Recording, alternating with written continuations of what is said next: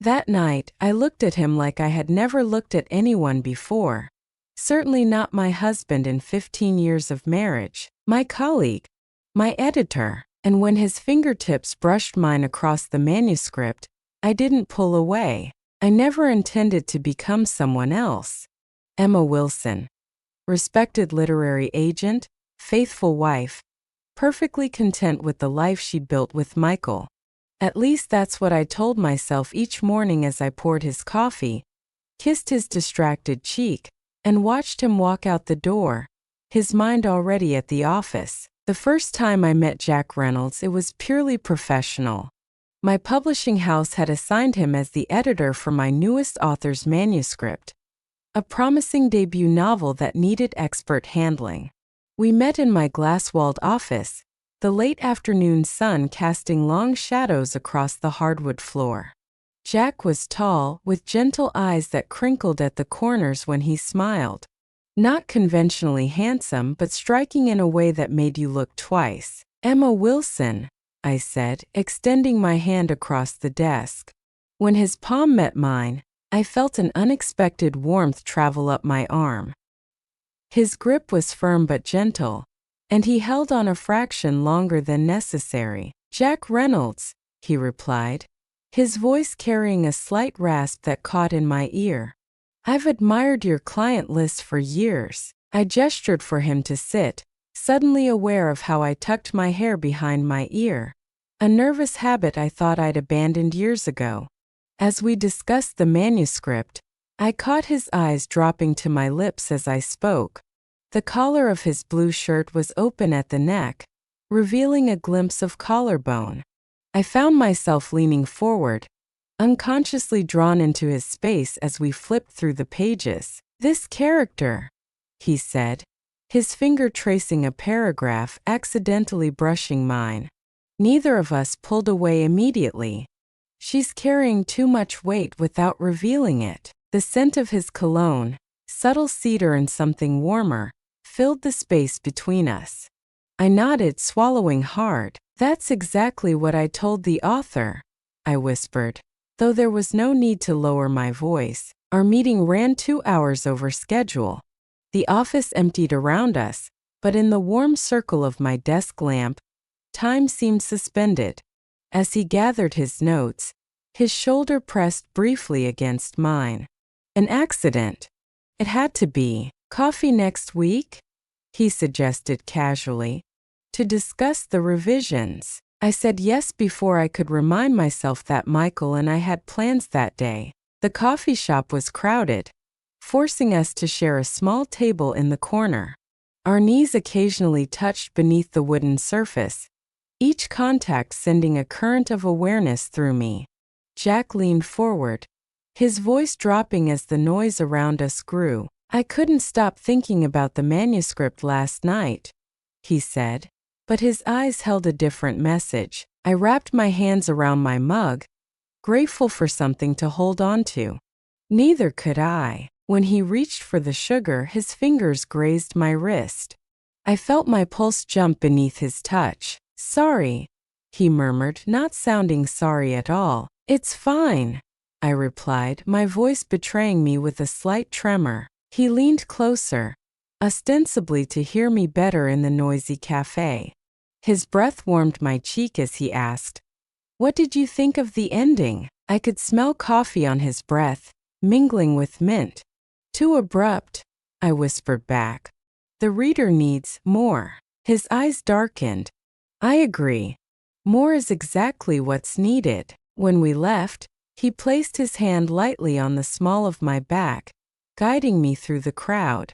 5 seconds of contact that burned through my silk blouse. The downtown library became our refuge, a place to research period details for the manuscript.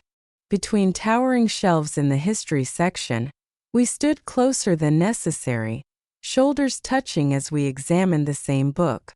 The narrow aisle forced proximity, his chest occasionally brushing my back as he reached past me for a volume. "Look at this," he whispered, his breath warming my ear.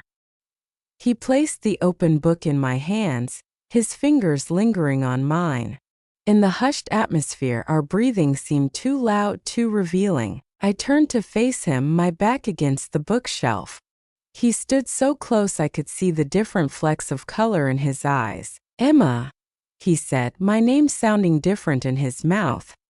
He reached up, hesitated, then gently tucked a strand of hair behind my ear. His fingertip traced the curve of my ear, sending a shiver down my spine. I clutched the book between us like a shield. "We should focus on work," I said, my voice unsteady. He took a step back, but his eyes remained fixed on mine. "Of course," he said. "Always professional." But when I handed him the book, our fingers intertwined for a moment too long. The sudden rainstorm caught us leaving the publisher's office. We ran to his car, rain soaking through my thin blouse, plastering it to my skin. Inside the vehicle, the windows quickly fogged with our damp heat.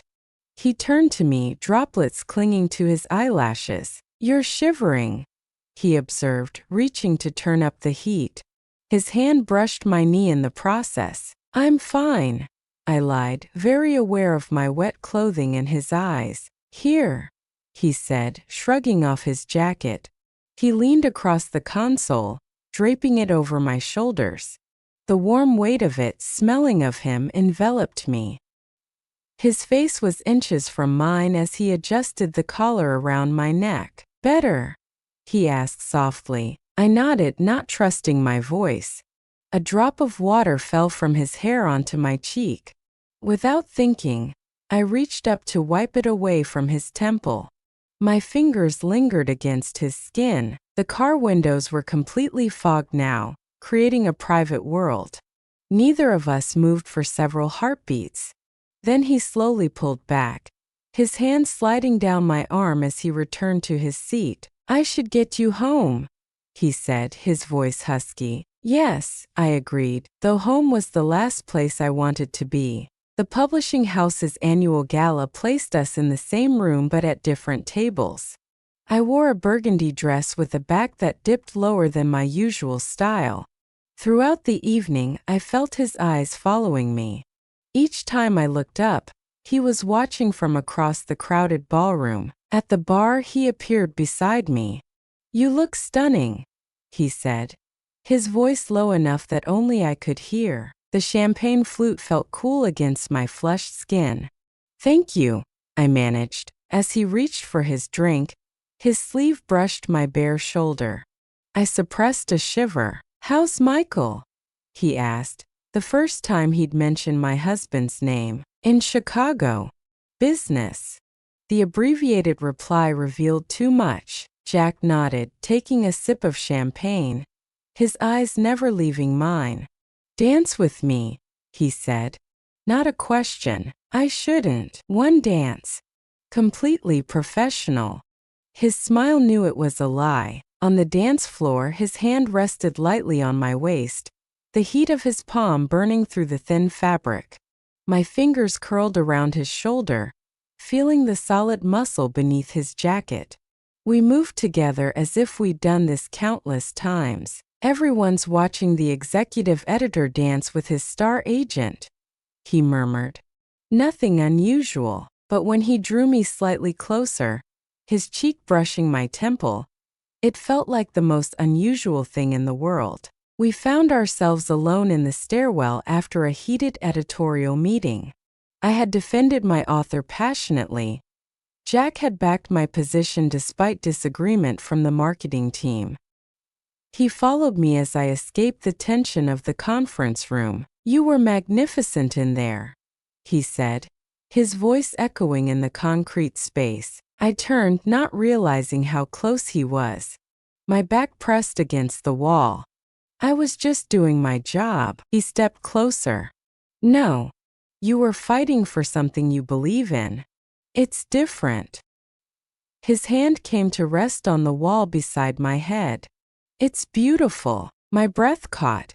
"Jack, I know," he whispered. "I know all the reasons this is a bad idea." His other hand gently touched my arm, fingers tracing a path from elbow to wrist. I should have pulled away. Instead, I remained motionless, pulse racing wildly. "Tell me to step back," he said, his voice rough. I said nothing. He leaned closer, his forehead almost touching mine. "Emma!" The door above us banged open. We jumped apart as a colleague descended the stairs. Jack ran his hand through his hair, looking as shaken as I felt. "We should get back," I said, smoothing my skirt with trembling hands. He nodded, but his eyes promised this conversation wasn't over. Late one night, working at my home office while Michael was away, I invited Jack over to finalize the manuscript. Professional boundaries eroded with each passing hour. In the kitchen, as I prepared a midnight snack, he stood closer than necessary. "Try this," I said, offering a piece of dark chocolate. Instead of taking it from my fingers, he leaned forward, his lips brushing my fingertips as he took the chocolate into his mouth. The contact was electric. I froze, my hand suspended in the air between us. "Delicious," he murmured, eyes locked on mine. I leaned against the counter, suddenly needing the support. He placed his hands on either side of me, not touching but surrounding me with his presence. "We're playing a dangerous game," I whispered. "Is it a game to you?" he asked, serious now. My bare feet on the cool tile grounded me. I curled my toes, fighting the urge to eliminate the space between us. "I don't know what it is," I admitted. He reached up slowly, giving me time to move away. When I didn't, his thumb traced the outline of my bottom lip. "I think you do." The refrigerator hummed in the background. Clock ticked somewhere. Time stretched and contracted. "I should go," he finally said, though he made no move to leave. "You should," I agreed, equally motionless. When he finally stepped back, the cool air rushed between us like a reprieve and a punishment all at once. The sunset turned my balcony into a copper-gold stage. Jack had come to deliver contract revisions, but work lay forgotten as we shared a bottle of wine.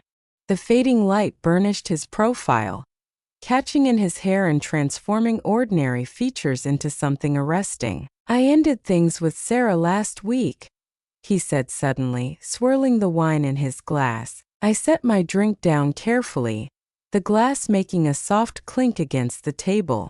"Your girlfriend, ex-girlfriend now." He turned to face me, the setting sun reflected in his eyes. "It wasn't fair to her. Because of work?" I asked, though I knew the answer. He reached across the small table, tucking a strand of hair behind my ear, his fingers lingering on my cheek. "Because I can't stop thinking about someone else." The golden light made everything seem dreamlike.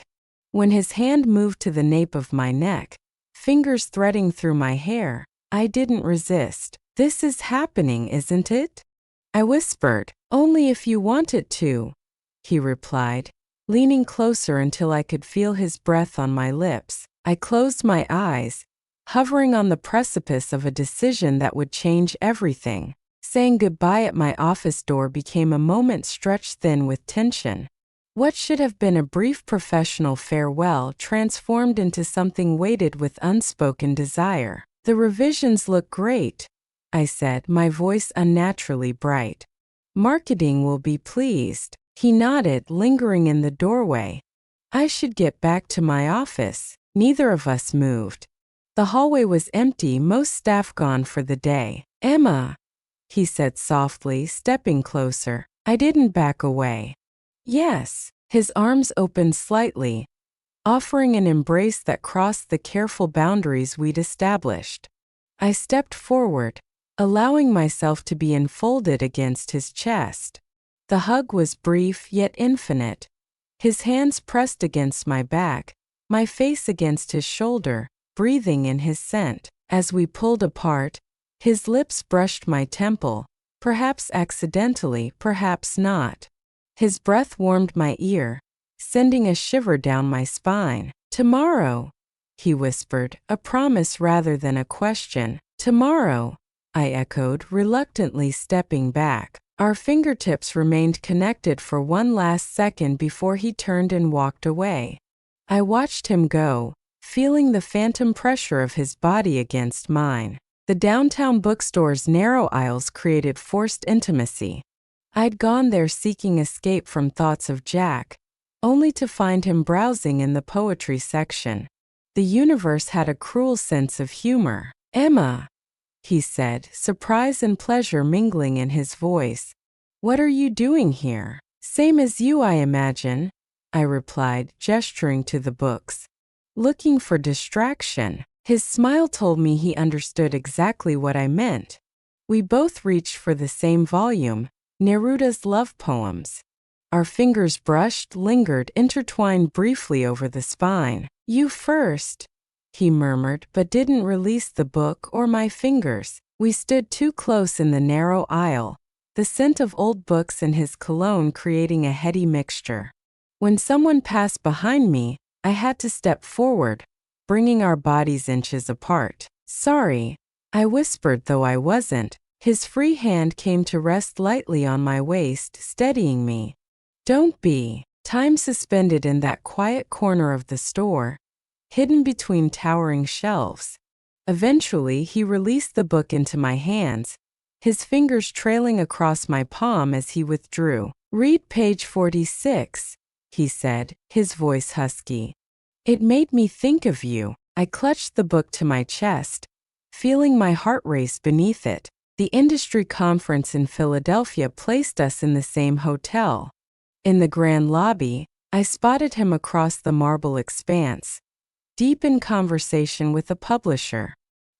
He looked up as if sensing my presence, our eyes meeting in the crowded space. I turned away, heading for the bank of elevators.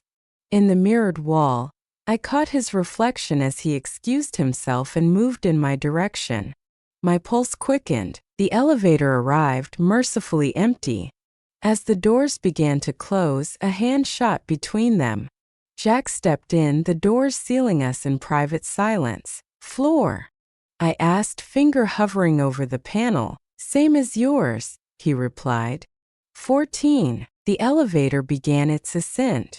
I could feel him watching me, though he stood on the opposite side of the car. "How's Michael?" he asked, breaking our unspoken agreement not to mention my husband. "In Seattle for the week," I answered, my back against the wall, handrail pressing into my spine. 10 floors to go.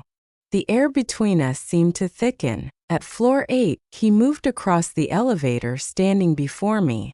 Not touching, but close enough that I had to tilt my head back to meet his gaze. "I'm trying to be a good man, Emma," he said softly. "I know," I whispered. "I'm trying to be a good woman." The elevator slowed. Floor 14. When the doors opened, neither of us moved for a long moment. "Dinner tonight?" he finally asked. I nodded, unable to deny what we both wanted. The park bench offered false innocence. A public place where we sat slightly too close, discussing the manuscript but really talking about us. Autumn leaves fell around us, golden and red against the green grass. "I can't sleep," he confessed, staring at the pond before us. "I lie awake thinking about you." I watched a leaf land on the water's surface, creating ripples. "I dream about you," I admitted, the first time I'd voiced the truth aloud. His hand found mine on the bench between us, fingers intertwining. A simple touch that felt more intimate than anything I'd experienced in years. "What are we doing, Emma?" A tear slipped down my cheek, surprising me. He turned, his free hand coming up to gently wipe it away. "I don't know," I whispered, leaning into his touch. "I don't know anymore." He drew me against his shoulder, his arm wrapping around me. In public, in daylight, we crossed another line. I felt his lips press against my hair, so briefly it might have been imagined. "We can stop," he said, though his tightening fingers told a different story. "Can we?" I asked, looking up at him. The answer was in his eyes, in the way they darkened as they held mine. The restaurant was dimly lit, candles flickering on each table, casting shadows that concealed as much as they revealed. Across from me, Jack looked more handsome than ever, the soft light emphasizing the angles of his face. "This feels like a date," I said, running my finger around the rim of my wineglass. "Isn't it?" he asked quietly. The truth hung between us, impossible to deny any longer. Under the table, his foot found mine, a deliberate touch. I didn't move away. "Tell me about your marriage," he said, surprising me. I took a sip of wine, gathering my thoughts.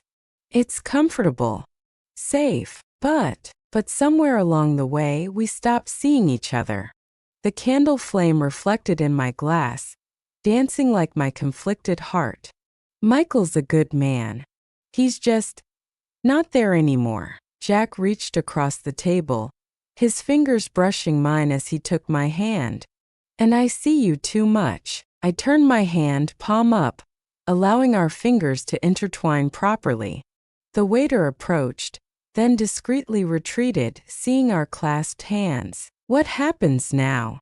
I asked, my voice barely audible. He lifted my hand, pressing his lips to my knuckles. "Whatever you want, Emma. Whatever you want." In my home study, with Michael away on another business trip, Jack came over to review final proofs. Midnight found us still working, papers spread across my desk, empty wine glasses testament to hours past. I rolled my shoulders, stiff from hunching over manuscripts. "I'm getting too old for these late nights." He moved behind my chair, his hands coming to rest on my shoulders. "Let me help." His fingers kneaded gently at first, then with more pressure, finding knots of tension I hadn't realized I carried. I closed my eyes, head falling forward. "Better," he murmured, his thumbs working along my spine.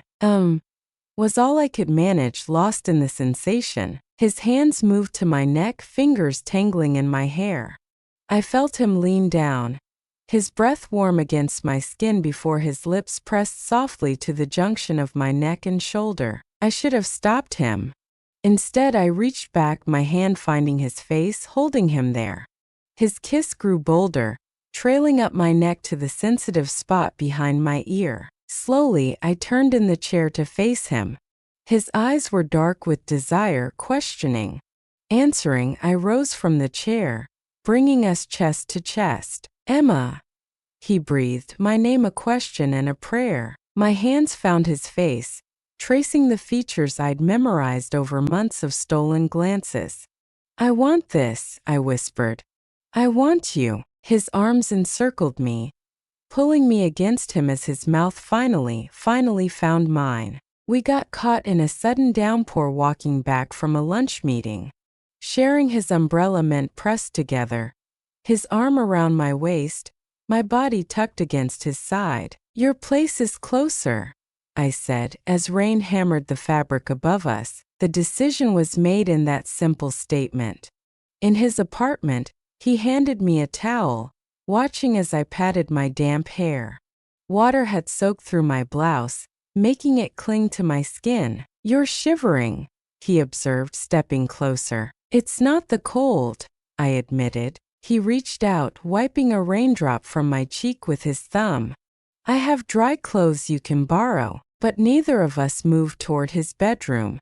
Instead, he leaned down, his forehead touching mine, our breath mingling in the quiet apartment. "Tell me to stop," he whispered. "I can't," I replied, tilting my face up to his. The kiss began gently, a question asked and answered, before deepening into something hungry and desperate. Months of restraint crumbled like sand castles against the tide. The art gallery opening placed us in public, surrounded by colleagues and industry professionals. We maintained careful distance, professional smiles, proper conversation. But across crowded rooms, our eyes found each other, held for too long, communicated what couldn't be said aloud. By the champagne table, he passed behind me, his hand briefly touching the small of my back. "Meet me upstairs," he whispered, his lips close to my ear for just a second. 5 minutes. The gallery's second floor was quieter, an exhibition of black and white photography sparsely attended. I pretended interest in stark images while watching his reflection in the glass. When he appeared, we stood before a photograph, seemingly discussing the art while standing too close. "I've been thinking about you all day," he murmured, our champagne glasses clinking as he reached for mine, our fingers brushing deliberately. "We need to be careful," I cautioned, though careful was the last thing I wanted to be. His eyes held mine in the reflection of the glass. I've never been less careful in my life. In the darkened corner of the gallery, hidden by a freestanding wall, his hand found mine, the simple touch more thrilling for its forbidden nature. Surrounded by people who knew us as colleagues and nothing more. I stood in his bedroom doorway, heart pounding. We'd managed dinner, a movie conversation, all while electricity built between us. Now the threshold loomed, both physical and metaphorical. "I should go," I said, not moving. He stood inside the room watching me. "You should," he agreed. My hand gripped the doorframe, knuckles white. One step forward or one step back. A choice that would change everything. "My marriage," I began. "I know," he said softly. "I've never asked you to leave him." "Then what are we doing, Jack?" He came to the doorway, his hand covering mine on the frame. "Living, Emma. For the first time in years, I'm actually living." I looked up at him, this man who had crashed into my carefully constructed life and set it ablaze. "I'm scared," I admitted. "Of what?" "Of how much I want this. Want you." His other hand came up to cup my face, thumb tracing my lower lip. "Step inside," he whispered, "or walk away. But choose for yourself, not for Michael, not for me." I released the doorframe, took his hand and stepped forward. The leather couch in his study wasn't meant for this. Books tumbled from side tables as we fell together. Hands seeking, finding, claiming. Months of tension unraveled in moments of breathless discovery. "Are you sure?" he asked, hovering above me, giving me one last chance to retreat. In answer, I pulled him down to me, my mouth capturing his. His weight pressed me into the soft leather, welcome and intoxicating. My fingers worked at his shirt buttons, desperate to feel skin against skin. When his hand slid beneath my blouse, I gasped against his mouth. Every touch was fire. Every breath shared oxygen. We moved together with surprising synchronicity, as if we'd done this dance 1,000 times before. His lips traced a path down my neck, across my collarbone. "You're beautiful," he murmured against my skin. "So beautiful." Clothing became an impediment, discarded piece by piece until nothing separated us. In the soft lamplight, we explored each other with wonder and hunger in equal measure. His hands learned my body as I discovered his. The scar on his shoulder, the sensitive spot at the base of his spine, the way his breath caught when I touched him just so. Time lost meaning, measured only in heartbeats and sighs. The world narrowed to this room, this couch, this man. There was guilt? Yes, but buried beneath a wave of sensation too powerful to deny. When we finally came together, it was with a sense of inevitability, as if we had been moving toward this moment from the first day we met. I gasped his name, a sound between prayer and profanity.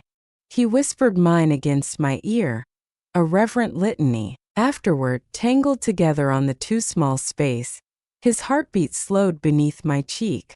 Neither of us spoke, afraid to break the spell with words that would force us back to reality. Morning light filtered through half-drawn blinds, painting stripes across the rumpled sheets.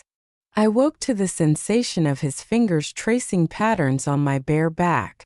For the first time, we had an entire night. No rush to leave, no excuses to make. "Morning," he murmured, voice rough with sleep. I turned to face him, sheets twisted around us like rope binding us together. His hair was tousled, stubble darkening his jaw. I reached out, running my palm over the rough texture. "No regrets?" he asked, catching my hand and pressing a kiss to my palm. I thought of Michael, of vows spoken and broken, of the life I'd built and the one I was dismantling. It's complicated, I answered honestly. He nodded, understanding in his eyes. What now? The question hung between us, weighted with possibilities. I had no answer yet, only the certainty of this moment. His skin against mine, morning light illuminating truths I could no longer ignore. Now, I said, curling against him, we breathe. His arms encircled me, strong and sure. Outside this room waited consequences, decisions, a future reshaped by choices we'd already made. But here in the quiet of morning, there was only us, two people who had found each other across crowded rooms and careful distances. I closed my eyes, listening to his heartbeat. Whatever came next, this moment was real. This feeling was real. And for now, that was enough.